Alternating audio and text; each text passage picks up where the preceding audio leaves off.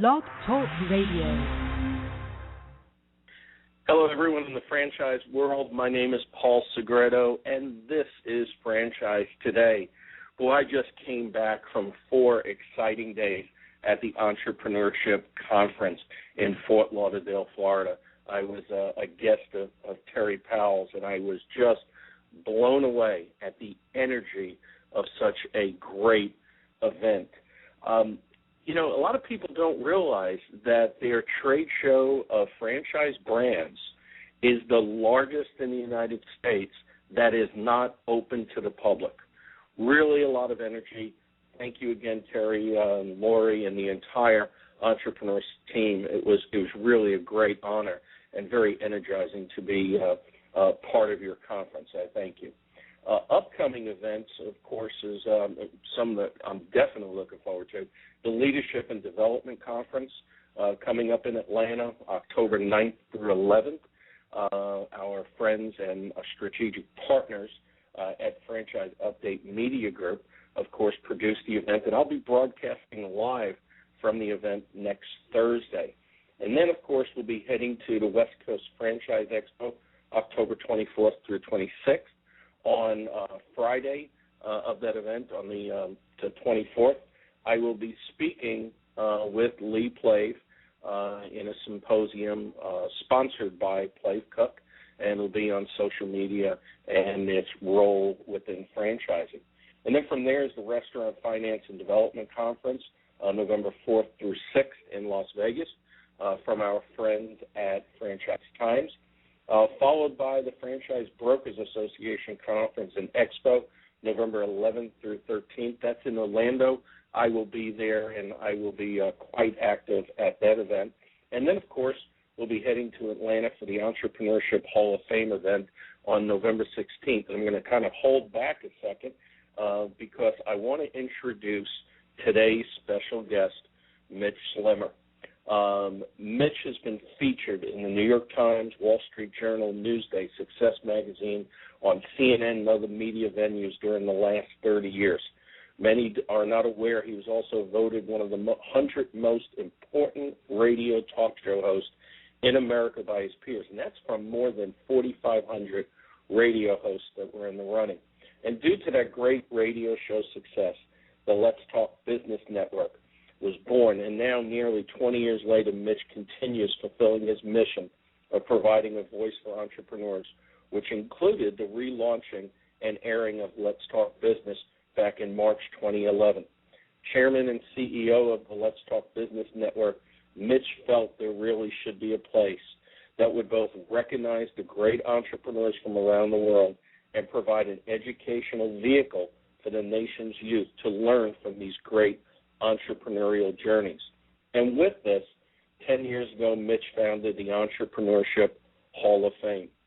Started out as an internet-based venue, but Mitch's vision was to create and build a physical facility and museum similar to existing halls of fame like the Baseball Hall of Fame.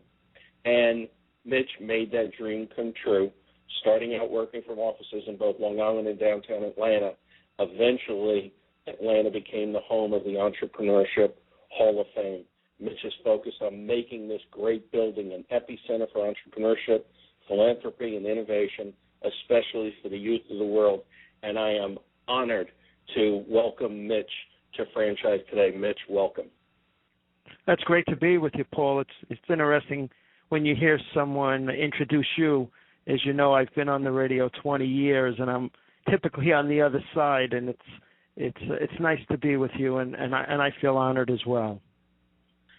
You know, it's such an illustrious career, but I think just like a lot of the great minds in the world, the Steve Jobs types of the world that truly focus on the passion to get to where they want to be, to achieve their goals and objectives in a specific trek, if you would, so to speak, in your career, obviously, was always focused on small business, franchising. I know you had a TV show a lot of people aren't aware of, Franchising Today, which, of course, no direct correlation to Franchise Today, wasn't aware that you actually had that show, but I was quite interested in that, in learning that you had that show at a time probably when franchising really could use exposure.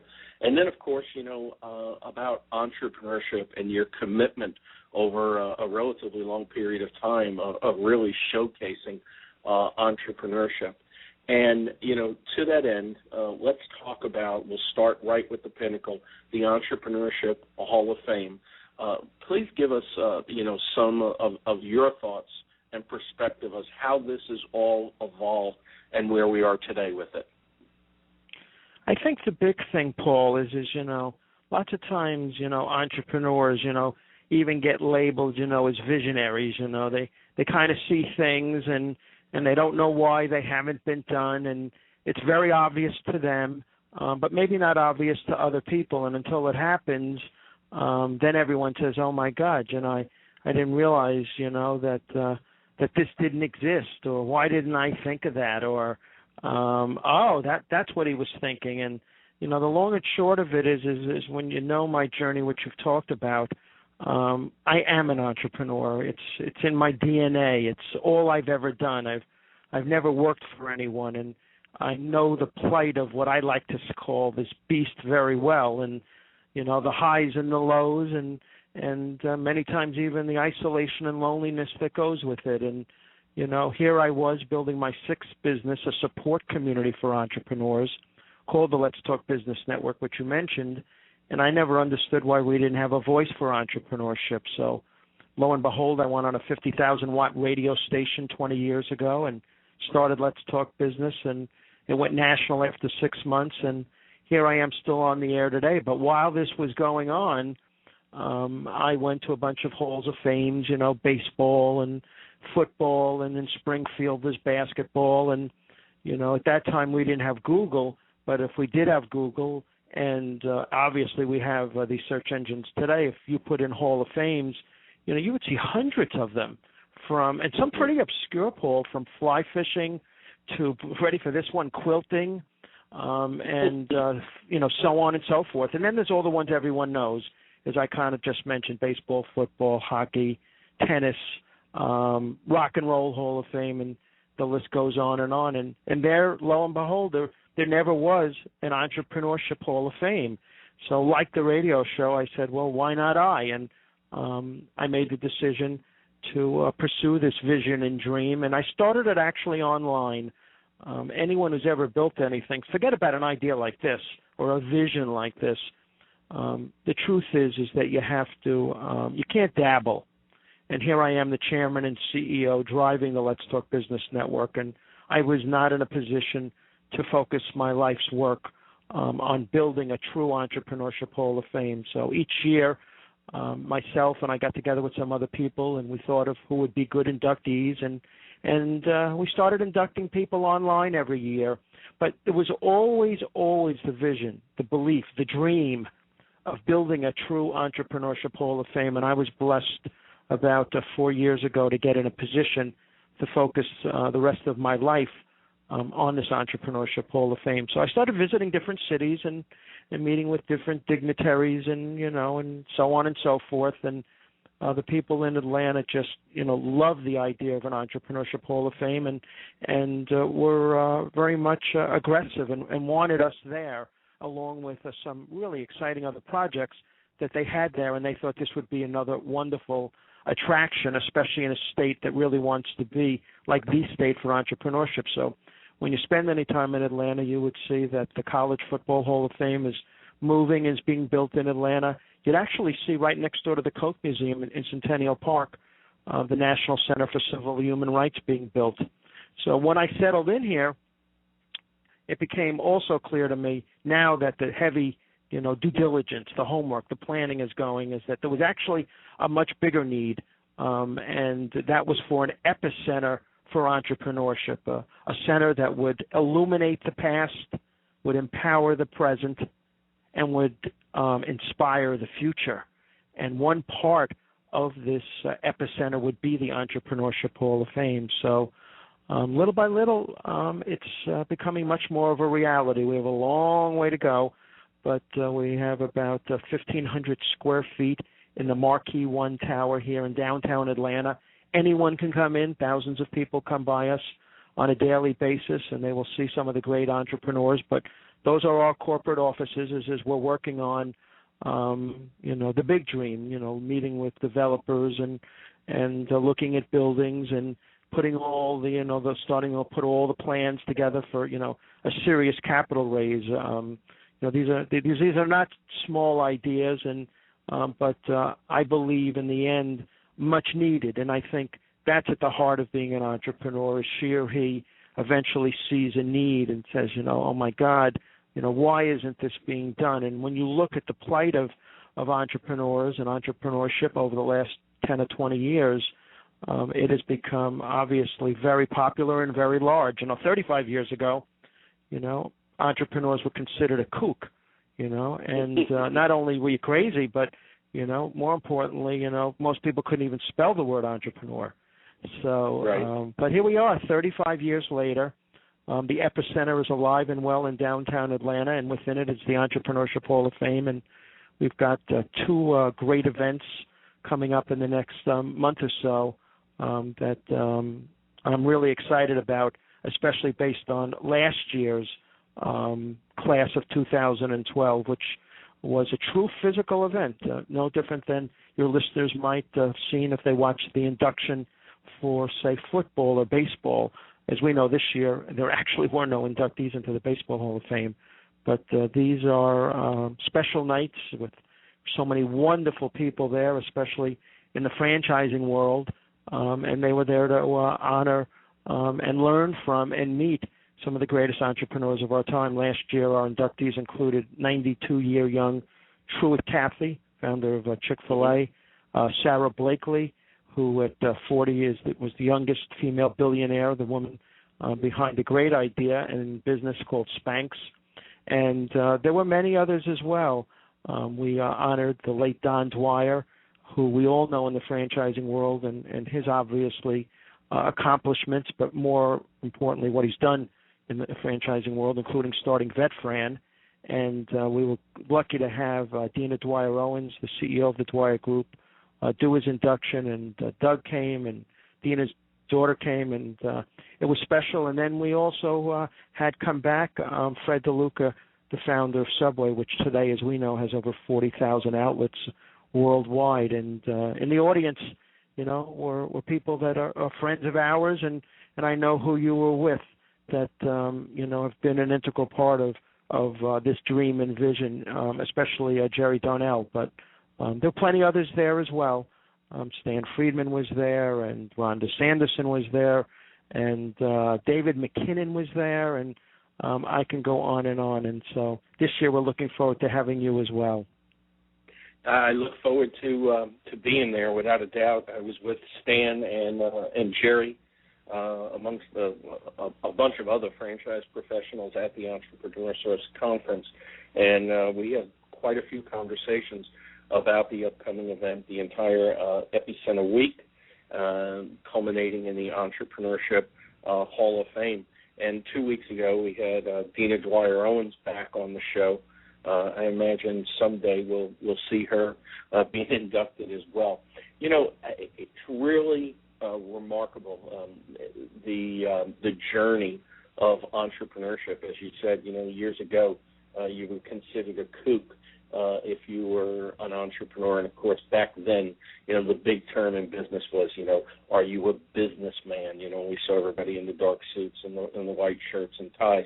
And entrepreneurship has just blossomed. And, recently when Steve Jobs had passed away, his co-founder at Apple, Steve Wozniak, was asked, do you think there'll ever be an individual like Steve Jobs? And I'll paraphrase here. Wozniak took a moment, and he thought, and he said, typically I would have said, no, there'll never be another Steve Jobs, he said, but in light of the current economic uncertainty of the nation and the business environment, not only will I say there'll be another Steve Jobs, but there'll be many like him, as well as the Bill Gates and other entrepreneurs of the world, because there's so much young, unemployed, underemployed talent that's out there, that it's just going to blossom as far as the next wave of visionaries, the next wave of entrepreneurs. And I know you are really focused on the EpiCenter being for the studying and teaching of entrepreneurship, especially to our youth. So share with us some of your perspective on entrepreneurship and how it relates to the youth of today. Well, I think, it's really interesting when you talk about Steve Jobs and obviously Wozniak and what, Wozniak said, and as you paraphrased him. But what's fascinating, at one time, Paul, around the number, there were 300 million Americans, and a lot of the great entrepreneurs, obviously, and they all saw needs and created businesses that affected our lives forever, were driving forces. But then all of a sudden, this thing started to take hold. And the reason that I bring it up, and then I'll answer your question, is that now there's 7 billion people in the world, and it really is, as we know, a global economy, but entrepreneurship all over the world is booming, is exploding.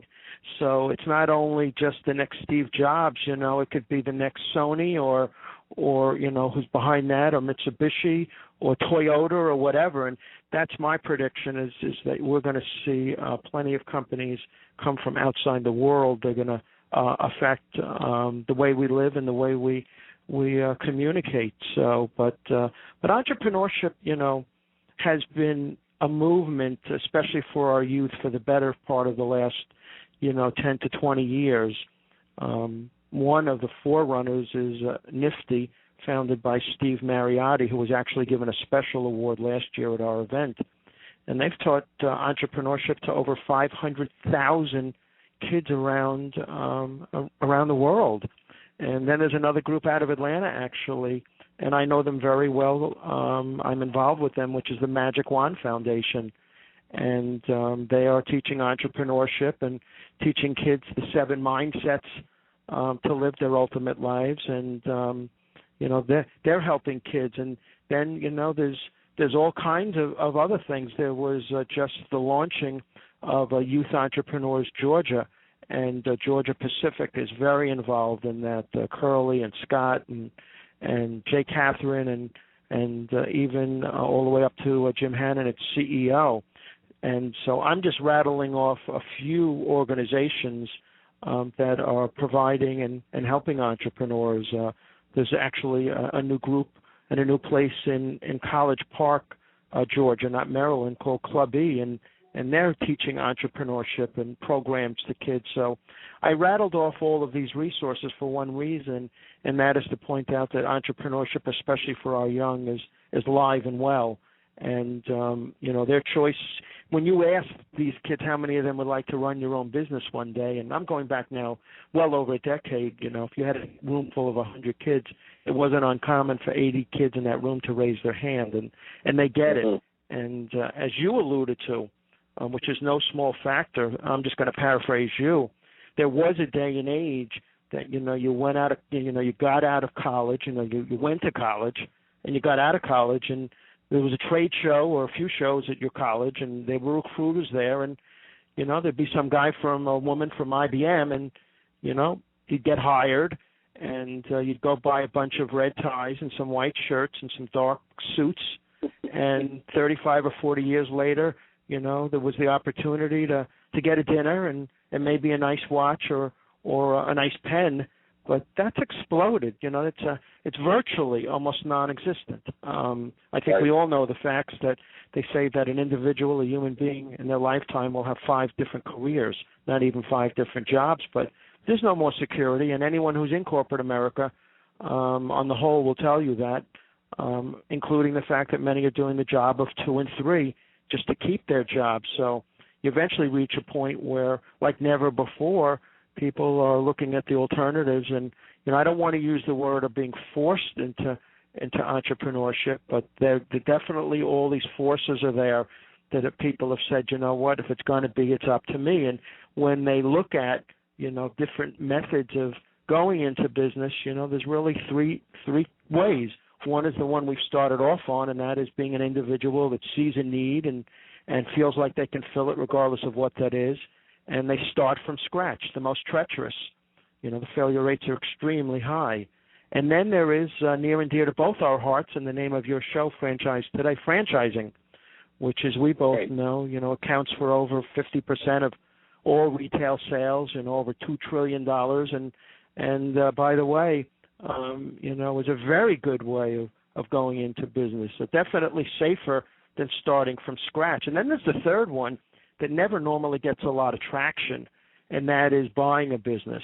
And I did a lot of consulting work at one time with VR Brokers, including with its original founder, which was George Nadeau. And I learned a lot inside that place, and one of it is that 90% of all businesses at that time that are sold are owner-financed. So think about that. Business is doing $1 million in revenues. The person behind the business wants to get out, whether it's a divorce, doesn't feel like the kids could run the business, doesn't want them to run the business. The kids don't want to run the business. They don't have kids, and, they might have some health issues, or they just had enough and they want to get out. Let's say that they agreed to a sale price of $1 million. So 10% down, it's $100,000, and the owner takes the back paper, $900,000, and finances it. But if you're a good business person, you might bring all kinds of things into that business that's only doing $1 million, and you might get it to $5 or $10 or $15 million. It might be something as simple as you bring all these technologies to the business where, what this person is still, doing accounting with green sheets and whatever, and you go in there and start using Excel and create a website and, and SEO and whatever, and lo and behold, you've built the business. So entrepreneurship is here to stay, and it's alive and well. And as I started this off, it's alive and well globally.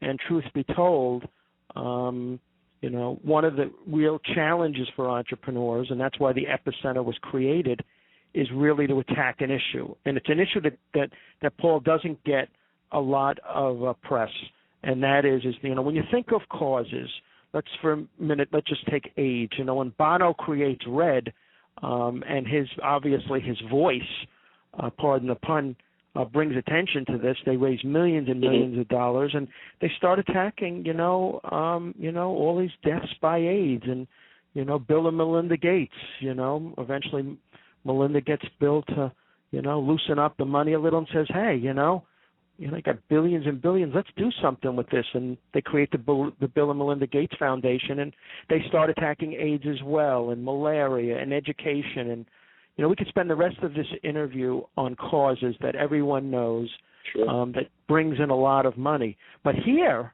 we are, and that is the backbone of the American economy, our entrepreneurs, our small business owners. And the truth of the matter is, from the first day I am an entrepreneur, I recognize that to today, which is 35 years later, there's a statistic that pretty much is still the same, and that is about 70% of all businesses fail. Many times I use the word die after 2 years or so. And then after 5 years of that 30% remaining, another 20% fail or die. So after 5 years, around 10% of all businesses that start are no longer there. And that is totally unacceptable. And no one has really shed a light on this. No one has shed a light on it. No one has attacked it. So you and I both know, based on our backgrounds in the franchising world, that what great entrepreneurs do is they bring organization to fragmented industries. They bring organization to sometimes mom-and-pop industries. One of the analogies that I love to use, who's also being inducted into the Entrepreneurship Hall of Fame this year, is the late Tony Martino. Now, anyone that knows Tony well, and I know you know him, and Jerry, and Stan, and so on and so forth, but here's a guy, that saw a need, and even though he'd started out, was very involved with, I believe, Cottman transmissions, Tony said, here's all of these mom and pop transmission places, and what if we could get the economies of scale of buying power and, one roof to advertise and blah, blah, blah, blah, blah. And Anthony A. Martino and Company, is AMCO.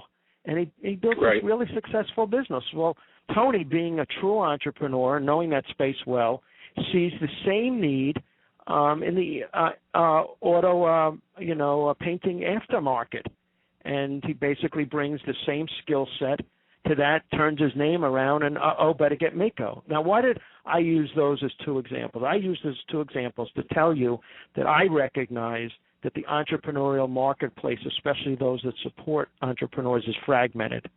And what if we could go ahead and aggregate this fragmented industry and get us to work together? Now, I'm not foolish enough to think that we're going to get everybody, but my theory is based on that I believe we can get a lot of people to collaborate, to work together in order to help entrepreneurs be more and more successful. And when that happens, when we move that dial, more companies will succeed, more companies will create more jobs, create more taxes, and I think we'll have a tremendous impact on our economy. And lo and behold, it's working. We're still early on. The dial hasn't moved yet, but I can tell you based on the work we're doing here at the EpiCenter, little by little, these resources are coming together. And we're going to continue to create events and venues that bring us all together and get us to celebrate not only these great entrepreneurs, but to learn from them and share it with young entrepreneurs so that they can learn from them as well. And that's where the name EpiCenter came from, is the place that will, as I mentioned, will illuminate the past, will empower the present, and will inspire the future. And I've never been more excited. And I can tell you, it's a huge challenge. This is not easy, but it's definitely worthwhile. I got to tell you, Mitch, I could sit here for hours and listen to you talk. I could just feel the passion coming out of you, and it's actually just brings chills to my spine. You mentioned a lot of great things. I mean, first of all, you had the days of, I like the way you mentioned go out and buy red ties and white shirts, the old power tie back of the 80s. And, of course, before that, IBM made the starch white shirts a staple of business. And, of course, being such a bureaucracy, if you would, and very regimented in their ways, it actually stunts entrepreneurial way of thinking. And I think, as a lot of people talk about, we're in an entrepreneurial economy. Ideas are flourishing. Even people that are getting jobs in corporate America are expected to have an entrepreneurial way of thinking outside the box. Of course, we saw that very much front and center with the entire high-tech booms in the 90s and into the after 2000, and still consider it a big part of that industry segment today.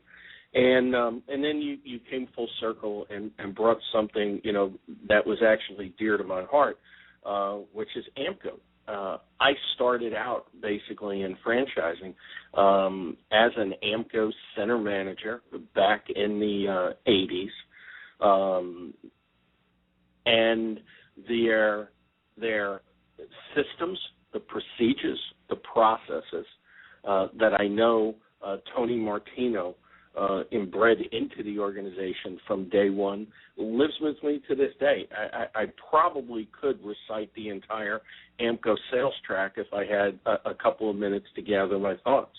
And it's a lot of those same philosophies, as you said, that he took from AMCO and took over to Mako, and I know some others have copied them.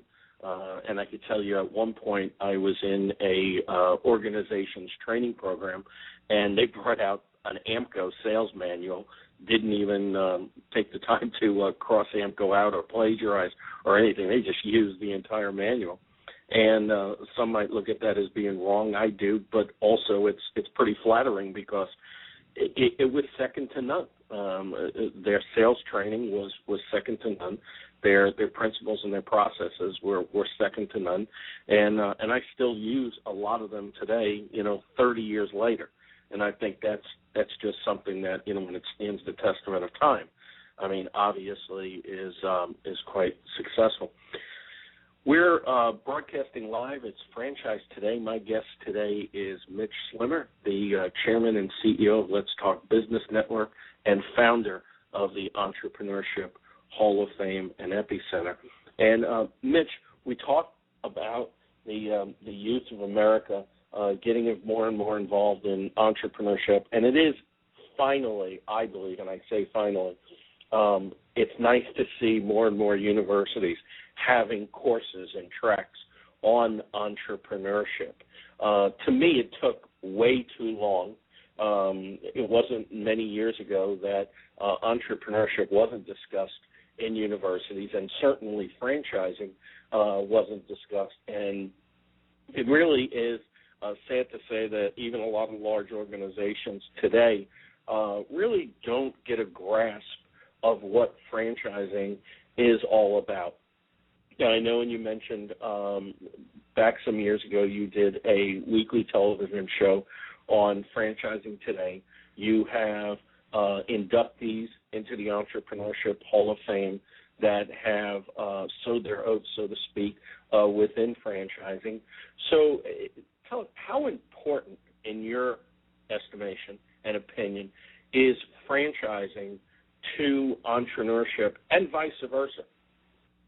I think inherently in your question, Paul, when you look at, the birthing of this franchisor, somewhere along the line, one or two people, maybe more, but typically, one or so, had an idea. And whether it was, to just, originally open up a sub shop, to get you through college, and, they never really thought about 5, 10, or 15, or 5,000, or 40,000.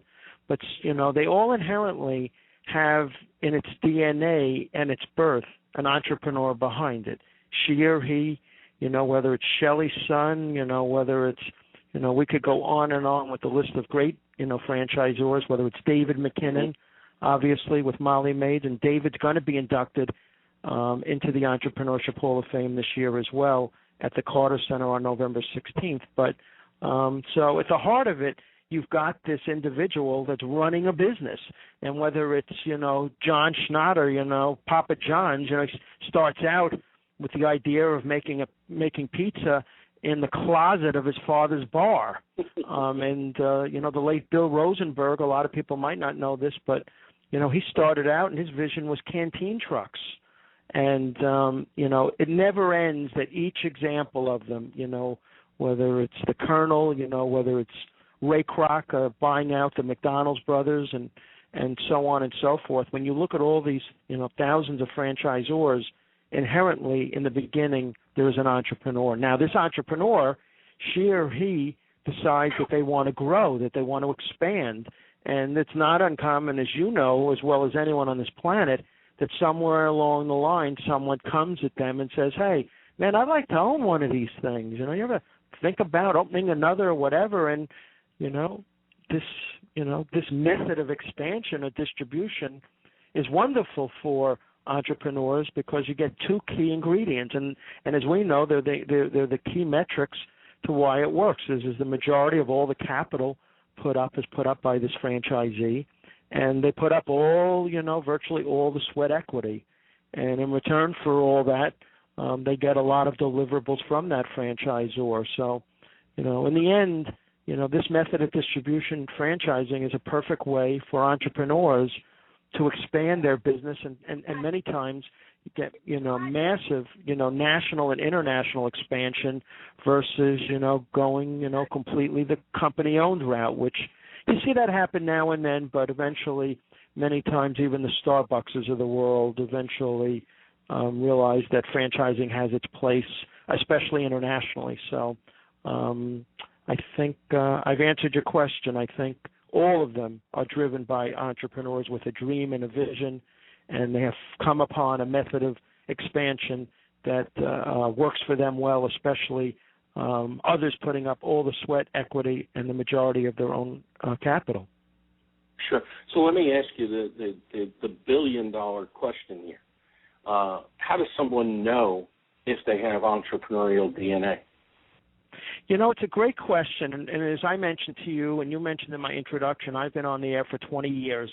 Even I don't believe that, and I've been blessed to interview some of the greatest entrepreneurs that have ever lived. And one question that I ask inherently now and then is it nature and nurture, or entrepreneurs are born or are they made? And you get various answers. And by the way, which you alluded to, there's hundreds and hundreds of schools not only teaching entrepreneurship or various courses, we'll call it in the entrepreneurial space, but you can get degrees in them, every year, and I'm going back the last 10 plus years, these magazines, way back when, Success Magazine, and then would list, the top schools, and Babson, would virtually win every year. I mean, I'm almost sure you can actually get your master's degree in entrepreneurship from Babson. But there's hundreds of schools out there that you can not only learn the different disciplines of entrepreneurship, but you can get a degree in it. So for your billion-dollar question, it's one that I've been asking for a long time. Personally, I believe that real entrepreneurs, the beasts, the Dave Thomases from Wendy's, the Dave Anderson from Famous Dave's Barbecue, and I can rattle off all kinds of names. Harris Rosen from Rosen Resorts, and Fred DeLuca and David McKinnon. You spend any time with any of them, and eventually you would realize a few things. One is they didn't take any of these courses, but more importantly, there's something really unique about them, and I think that's kind of why I kind of call them the beast. They're very driven, they're very passionate, they're very persistent. They don't sleep much. A lot of them inherently have a common denominator of some form of ADD. Many of them that I've met also over the years are quite dyslexic, and this is public knowledge. But Paul Orfala, the founder of Kinko's, Sir Richard Branson, these are all people that I've interviewed, and you spend any time with them, immediately you see they're very different. And one of the things you also see, Paul, that I've also found fascinating is that the psychographic of them are very different than the small business owner. What am I saying? I'm saying to you, if there's 22 million small business owners, the small business owner has a different mindset. They're very much about that. We'll call it that one grocery store or that one barbershop or that one salon. And as I always say to people, one is not better than the next. But what I am clear on is they're very different. And if you ever get in a room with entrepreneurs, the real beast, or even in a room full of small business owners, and you got one or two of the beasts in there, real entrepreneurs, it's not hard to pick them out if you know them. So, from my vantage point, I think inherently when you look and backtrack and re-engineer all of the great entrepreneurs, you would eventually see that they have some special DNA, some special things in their genes, and I think to a large extent they're born. I do believe in every bone in my body that you can teach all kinds of disciplines necessary to build and run a successful business, and therefore with that, successful companies eventually, will come to market. But it is fascinating if you look at Michael Dell leaving, University of Texas, and you look at Zuckerberg, leaving Harvard, and you look at Gates leaving Harvard, and how long do we need to keep going on and on and on? And we look at Edison and all these people, you would see that virtually very few of them have degrees. So forget about degrees in entrepreneurship. But it is a billion-dollar question. It's one that I have no doubt if we were on CNN and Wolf Blitzer had three other people and two of them from academia, I think they would try to make a strong case for how it is being taught. But I'll let the facts speak for themselves.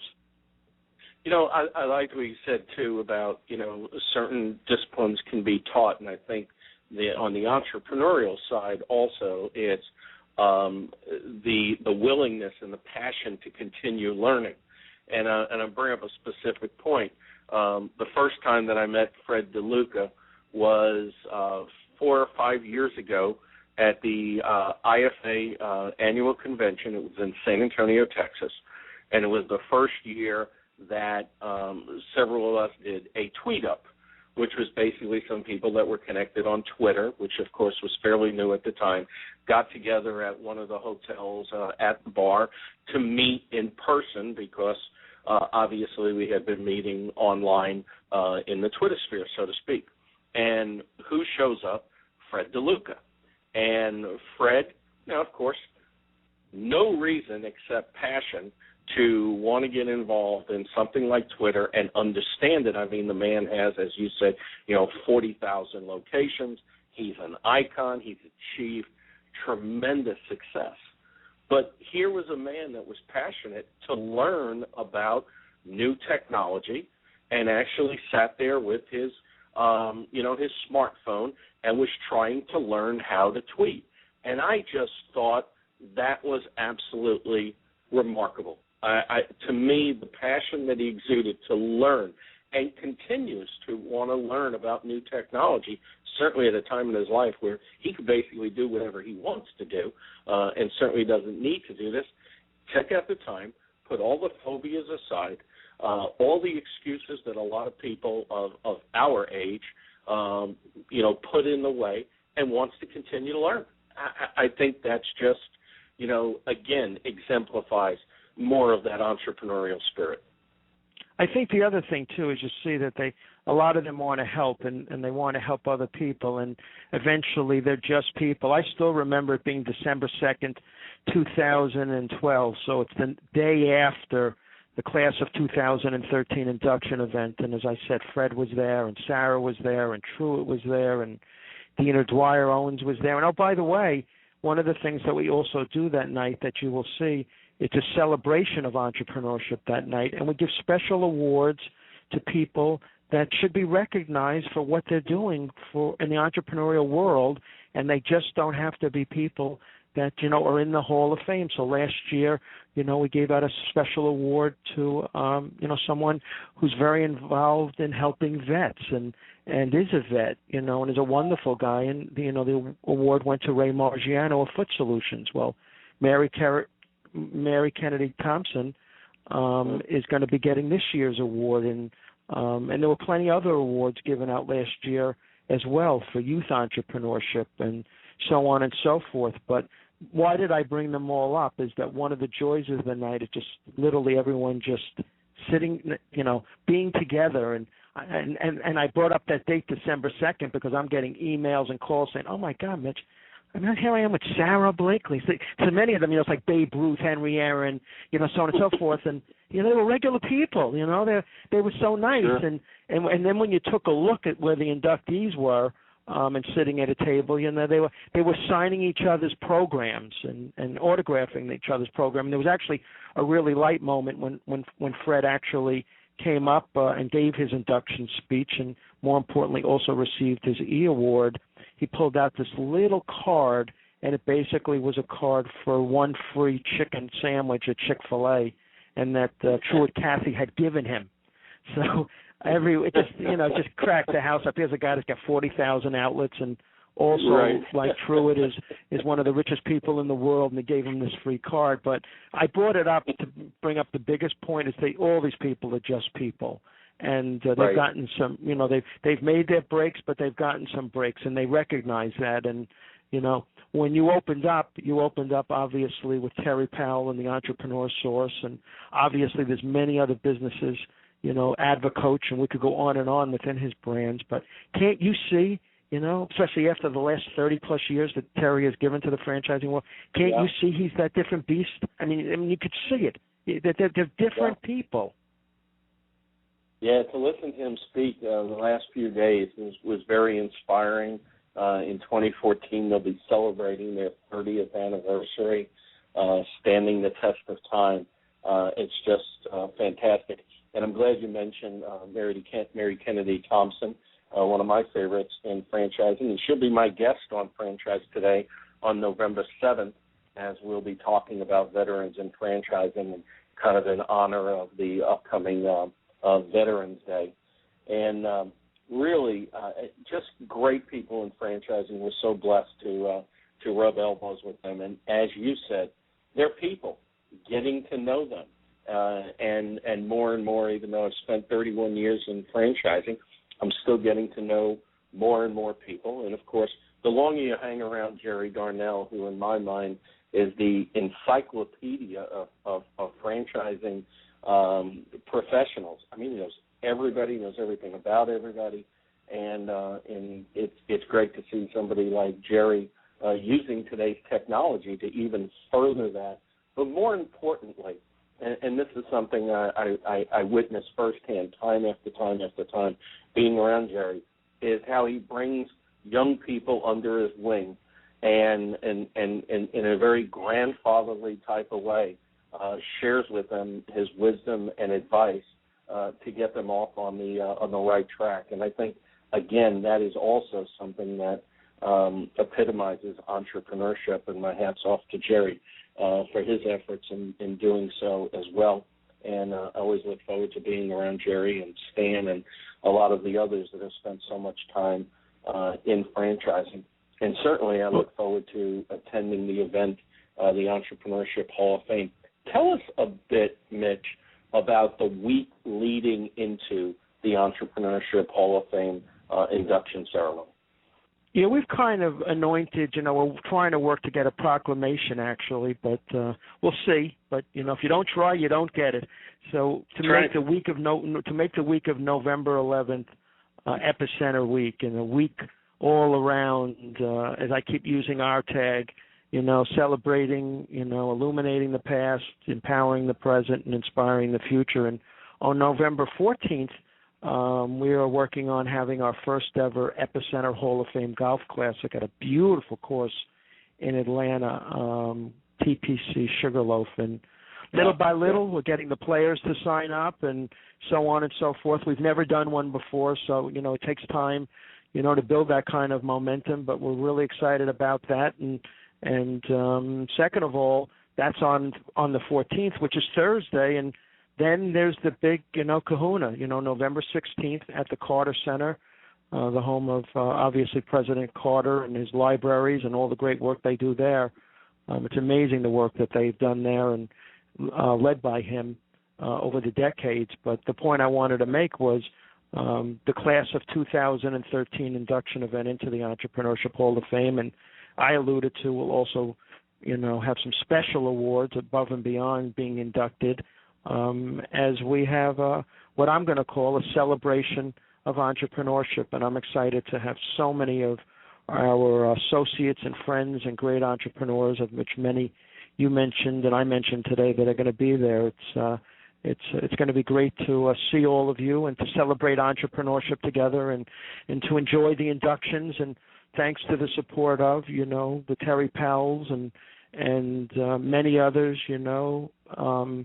it's going to be a great event. And it's funny, you mentioned Jerry, and, I'm one of the few people that can say this, and him and I kind of laugh, but, I've known Jerry for the better part of 30 years, and I go way, way, way back. With a matter of fact, you mentioned DeLuca, and he was a client of mine when they were at about 1,000 units. And the reason I mention them only is for one reason, is the greatest part of life, forget about entrepreneurship, forget about franchising, is the people you meet along the way. And, and to see them grow, and as you mentioned, to see Jerry, to me is, the godfather of franchising.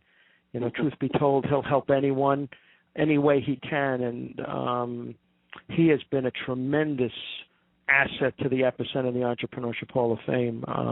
I can never thank him enough for his drive, his passion, and his caring, not only for our mission, but the center and the Hall of Fame, and even myself. He's been a great mentor. Tell us a bit about, and I certainly couldn't agree more. Tell us a bit about, or tell us, who's this year's inductees to the Entrepreneurship Hall of Fame. Yeah, it's an interesting question, and one of the things that I'm learning, it's one thing to have plans and ideas, and then you hit the ground, and that's why in football, they have audibles, and the same thing this year is actually happening last year, and that is months and months in advance, we give all the nominees that could be inducted this year this beautiful package, this box that they get, and then I speak with them and we work to get them inducted. But like a lot of things, they wait for the last month or two to start to really commit. So we're just starting to get, some of our yeses. We've had a few no's at the time, but I can tell you based on last year, those that couldn't come or be inducted this year, it possibly could happen next year. But, for example, David McKinnon, who I'm really excited to have, when you look at Service Brands and all that David has done during his journey, I know that the audience, those that don't know him, are just going to love to learn and hear from him, and he's going to be there. Also, Kay Koplovitz, she's one that, very different than a Steve Jobs or a Earvin Magic Johnson. Kay Koplovitz is known for a lot of things, but none greater than she founded USA Networks. And she runs an organization, a Springboard, that's helping entrepreneurs, especially female entrepreneurs, at a level that most people don't know. But when that night is over, then there's Hubert Humphrey, and he's an individual based in Atlanta that has built a few billion-dollar companies that, if I mention his name, you think about the gentleman, obviously, that ran for president from Minnesota. But Hubert's going to be another great one. And, we're waiting to hear back from some of the others still, Ben and Jerry. And the only real no's that we have at this point are really from Arthur Blank and Bernie Marcus. Bernie's in Florida and has been dealing with some health issues, and Arthur has a lot of things going on. But as I mentioned, there's going to be some special awards as well, and I'm excited about those, including obviously the Veteran Entrepreneurship Hall of Fame winner in Mary Kennedy Thompson. So it's going to be a great night, and I always believe that one of the keys to be successful in business is to be open. Some people call it being honest, and some people call it being vulnerable. And I can tell you that last year, it wasn't within literally the last month, even under, that I get the final commitment from some of the greatest entrepreneurs in our time. So you never know. Yeah. You mentioned something, and I had in my notes too, women entrepreneurs. Obviously, very much a growing trend. Here to stay, and I think as I've talked with various female entrepreneurs over the past 5 years here on Franchise Today and got to know them as well, the Shelley Sons, the Dina Dwyer Owens, and what really exudes from them is the establishment of this culture, and I don't think it's any accident when you look at the Dwyer Group and you look at Dina, obviously the organization established by her late dad last year, an inductee into the Entrepreneurship Hall of Fame. Dina herself, Mary Kennedy Thompson, Mark Lifton, and the list goes on. And I don't think there's many other organizations that have such a high level of the right culture, the right fit in the organization as the Dwyer Group. And, of course, there are others. I mean, Shelley's son and what her and her husband have established at Brightstar.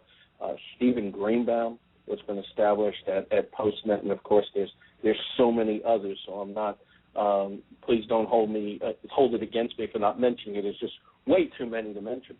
But culture is really critical, and one of the things that you see with Dina and them, just for example, is these people understand that the most important asset in all of their businesses are the people, whether it's within their companies in Waco or it's their franchisees. They get it, and they give back. One of the things about EpiCenter, and you think of the word, you immediately think of the place, that circle that they always have within an earthquake. But truth be told, it actually has a double meaning. So E stands for entrepreneurship, P stands for philanthropy, and I stands for innovation. And the reason I'm sharing that with you, it is those values that are also part of the critical criteria on who the nominating committee nominates for induction.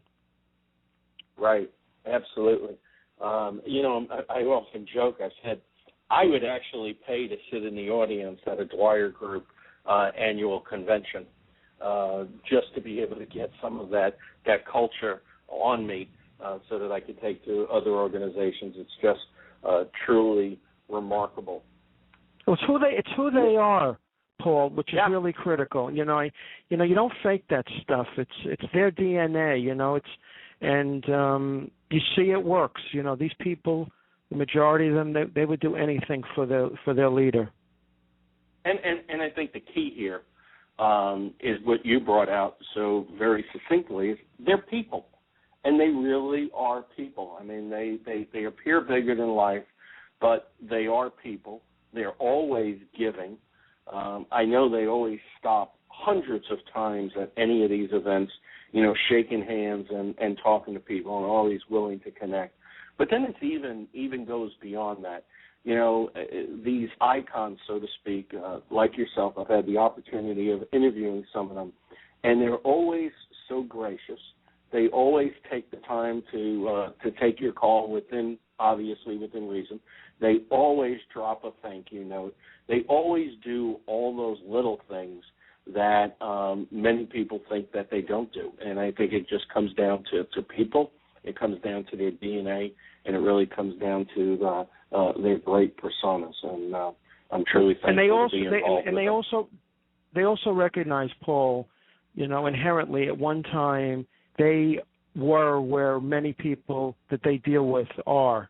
And they don't lose sight of how blessed, this is a majority of them, and blessed and fortunate and even lucky to be where they are. And, they are extremely fortunate. As you and I know, when you amass certain successes but some wealth, you are a blessed human being. You have a very different life than the majority of people that, are truth be told, one or two paychecks away from, not being able to pay their mortgage. And then, you deal with all these other things, your government shuts down and you don't even have pay. So they don't lose sight of how lucky they really are. And, a real attitude of gratitude. I and myself and others have really studied these great entrepreneurs, and there's many things that they have in common, including some wonderful mindsets. They really believe that everything is possible, and they have an attitude of gratitude, as I said, and they follow their passions, and you know what, they're accountable, and and many of them eventually give back. We call it live to give, but it's really been an honor to be on with you today, and hopefully one day you'll have me back on. Oh, there's no doubt.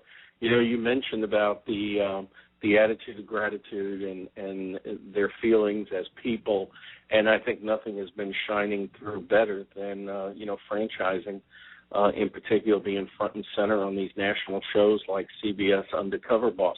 You learn so much about these individuals and realize they put their pants on the same as everybody else. To your point, well, I think the other thing too, in wrapping up here, Paul, is if you notice, there's actually a very common denominator, and that is whether it was male or female. Eventually, when they sat down and now they've uncovered they're the boss and they're talking to these people and giving them some significant money, almost to the person, there's a lot of tears. And if that doesn't show how real that CEO and that entrepreneur is, I don't know what is.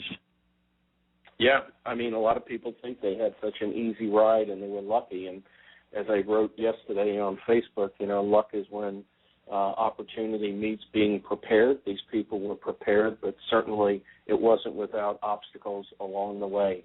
And they didn't do it alone. That's the thing they also know, Paul. They didn't do it alone. You don't build anything great alone, and that's what I tell people all the time here at the EpiCenter and her Entrepreneurship Hall of Fame. And hopefully, people like you, and I can go on. And like I said, Terry's been very supportive, and David McKinnon, and Jerry's been incredible, and Stan and the people at ARC Systems. That's how you do it. If you can't do something that's so needed and at the level you want to do it without other great people. Absolutely, and certainly Franchise Today wouldn't be here if I was doing it alone. Without individuals like yourself, Mitch. It was my honor to have you as a guest today on Franchise Today, and I look forward to seeing you at the Entrepreneurship Hall of Fame event. Thank you. Me too, my friend, and keep up the great work. 5 years turns into 10 years and hopefully 20 years, because as we both know, when you get off the show, it's the greatest hour of your week many times, because you get to meet a new friend. So thank you, my friend. Absolutely. Thank you. And I want to mention to the franchise community, we got Small Business Saturday coming up by American Express at the latter part of November. You have until October 15th to sign your brand up, but of course we're making progress. And this year we're up to 100 locations or less. If you fall into that category, please get online with Small Business Saturday. If you don't know how, hit my Facebook page. Facebook.com/Paul Segreto. There's some links there. Next Thursday, I'll be live at the Leadership and Development Conference. Until then, my name is Paul Segreto, wishing you the best, the very best, in this great, great thing we call franchising. Franchise Today is out. When you're part of a military family, you understand sacrifice and support. At American Public University, we honor your dedication by extending our military tuition savings to your extended family.